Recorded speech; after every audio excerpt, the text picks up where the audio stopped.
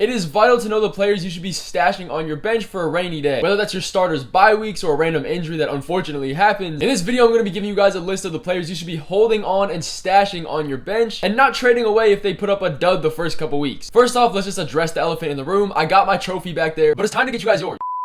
If you guys are new to these videos, make sure to hit that subscribe button and like up the video if this does give you any kind of value. But you guys know me, I do not like to waste any time in these videos, so the first player that you should be stashing on your bench is Quinten Johnston. You have to be aware that he's not going to be a 20+ point boom player that's going to outperform all types of projections the very first week. Reports from the coaching staff have come out and said that he's going to start out behind Josh Palmer in the depth chart, which obviously isn't good for us, but you really shouldn't be worried about that because he's going to get this role pretty easily. They didn't draft him with the 21st overall pick in the NFL draft for no reason, but make sure to keep him on your bench because in the high chance that Mike Williams or Keenan Allen goes out with injury, and they both missed 11 games combined last season, so that's not a far-fetched statement, he's going to skyrocket in value and you're going to be really happy that you drafted him with one of your last picks. On top of that, the Chargers is probably one of the best offenses to be a part of to be a third option. They have one of the strongest pass attacks in the NFL, and they also have Justin Herbert, who has the most passing yards for quarterbacks for the first 3 years of their NFL career, and that's a flex in itself. Moving on to the next guy that I have on this list is someone that I've drafted 50% of my leagues with, and that's Jameson Williams. It won't take a lot to trade for him because of his 6-game suspension that he has to serve, but the good news is Jameson Williams is going to be the clear-cut wide receiver 2 on this team when he comes back, the second he comes back. They have no TJ Hawkinson on the team anymore, and the only wide receivers he has to compete with for targets are Marvin Jones and Khalif Raymond, not very good wide receivers. And in the one game he played last season, he scored a touchdown and was super efficient. He used his speed to take the top off of defenses and really made the offense a lot more dynamic, so you gotta believe they're gonna use him a lot when he comes back. And there's really no reason you should not be stashing him with your last bench spot for when he comes back. He'll be able to give you a late playoff run surge probably. Next on this list, I'm going to dive down deeper into the true stashes, and that's going to be Puka Nakua. And I've talked about him in previous videos, so if you've been around this page for long enough, you know what I'm on, and you guys were on this way before anybody else was. But the Rams wide receiver room is in absolute shambles right now. Cooper Kupp is in Minnesota getting a second opinion on his hamstring injury that he suffered not too long ago. And the only guys Puka would have to beat out is Van Jefferson, who has never really lived up to the hype that people have been putting on him, and Tutu Atwell, who has just as good of a shot to get phased out of this offensive rotation as anybody else, because he'll most likely fill into that Cooper Kupp role exactly if he can prove himself. He was drafted in the 5th round, he was an insane producer in college, and the Rams team as a whole isn't that good, so they're going to have to pass a lot to stay close in these games, and that's an even better game script for him. And if anything, you can use him as trade ammo. But the next guy on this list is Jayden Reed, who is another great stash play for a million reasons. He was drafted in the 2nd round of the NFL draft, so the staff clearly believes in him, especially considering that the Packers lost Randall Cobb and Allen Lazard over the offseason. He is the clear wide receiver 3 at least in this offense. And yes, we're going to address the elephant in the room again. They lost Aaron Rodgers and they're downgrading to Jordan Love, but the good news about that is that Jordan Love and the Packers have the easiest schedule for fantasy football quarterbacks, which is really going to be beneficial for their wide receivers, and it'll take some of the stress off Jordan Love. So that's just going to give all of these receiving options a higher floor and probably a bit higher of a ceiling as well. But this offense is going to struggle. I'm not too much of a huge believer in it. It's not like Jayden Reed is going to be the wide receiver 3 on the Bengals, but his potential is pretty much uncapped. But with that being said, if you do believe in this Packers offense, he should be even more of a smash play than he already is, but he really has unlimited potential. He could be the wide receiver 2 and even 1, but that's a little bit more of a hot take there. But this is especially true of Romeo Doubs, who went out with an injury last season